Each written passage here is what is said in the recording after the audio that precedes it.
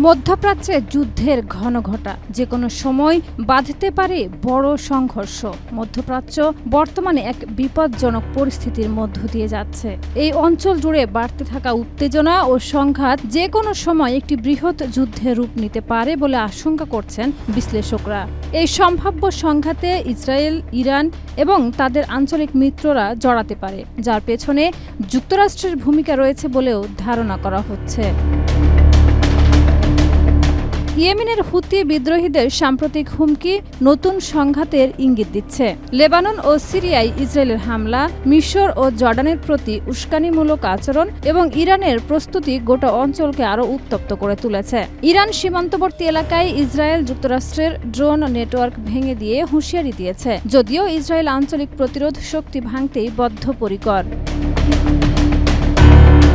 ইরাককে এই সংঘাতে দুর্বল সংযোগ হিসেবে দেখা হচ্ছে, যেখানে ছোট কোনো উত্তেজনায় বিপদ বাড়িয়ে দিতে পারে।